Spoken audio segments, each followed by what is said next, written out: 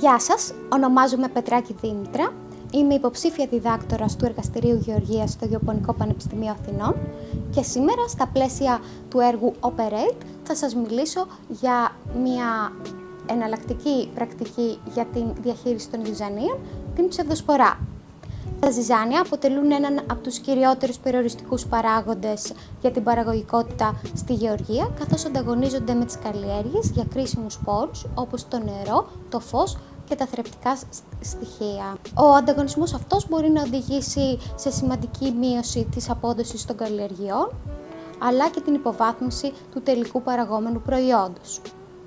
Τις τελευταίες δεκαετίες, οι παραγωγοί στηρίζονται κυρίως σε χημικές λύσεις για τη διαχείριση των ζυζανίων στις ετήσιες καλλιέργειες. Τα χημικά όμως ζυζανιοκτώνα προκαλούν πολλά προβλήματα στο περιβάλλον, όπως τη μόλυνση του εδάφους, των υπόγειων υδάτων, αλλά και την ανάπτυξη ανθεκτικών πληθυσμών ζυζανίων.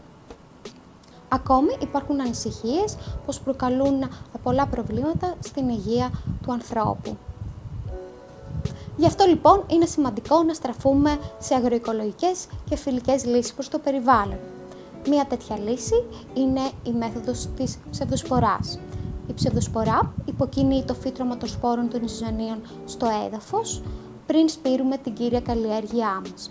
Συγκεκριμένα, η ψευδοσπορά false seedbed αφορά την προετοιμασία της σπωροκλίνης, ακριβώς όπως θα γινόταν αν σπέρναμε την καλλιέργειά μας, αλλά σε αυτή την περίπτωση αφήνουμε τα ζυζάνια να φυτρώσουν και έπειτα τα ελέγχουμε με την μέθοδο της επιφανειακής εδαφοκατεργασίας. Και έτσι σπέρνουμε την καλλιέργειά μας σε ένα λιγότερο ανταγωνιστικό περιβάλλον εξαιτίας της αποδυνάμωσης της τράπεζας σπόρων του εδάφους. Σημαντικό να σημειωθεί ότι στις υποξυρικές συνθήκες μία ελαφριά άρδευση είναι απαραίτητη μετά την αρχική κατεργασία του εδάφους, ώστε να υποκινηθούν τα ζυζάνια να φυτρώσουν. Αντίθετα, ο όρος stale seedbed αφορά την ίδια ακριβώς διαδικασία, αλλά σε αυτή την περίπτωση ο έλεγχος των ζυζανίων πραγματοποιείται με την εφαρμογή χημικών ζυζανιοκτώνων. Η πρακτική έχει πολλά πλεονεκτήματα, όπως είναι η μείωση της πίεσης των ζυζανίων, η μακροπρόθεσμη αποδυνάμωση της τράπεζας σπόρων του εδάφους.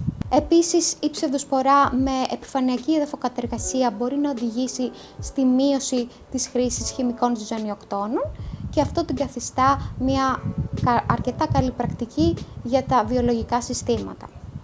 Όμως, όπως και κάθε άλλη πρακτική, έχει και τα μειονεκτήματά της. Όπως για παράδειγμα είναι το αυξημένο κόστος λόγω της μίας επιπλέον εδαφοκατεργασίας που απαιτείται για τον έλεγχο των ζυζανίων, αλλά και το χρονικό διάστημα το οποίο απαιτείται για την διαχείριση των ζυζανίων μπορεί να οδηγήσει στην καθυστέρηση της ανάπτυξης της καλλιέργειας.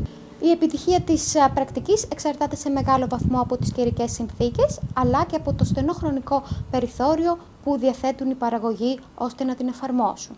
Εν κατακλείδη, η ψευδοσπορά είναι μια αγροοικολογική εναλλακτική πρακτική για τη διαχείριση των ζυζανίων. Παρόλο που έχει κάποια μειονεκτήματα, τα ωφέλη της είναι μακροπρόθεσμα για τον παραγωγό και την καλλιέργειά του.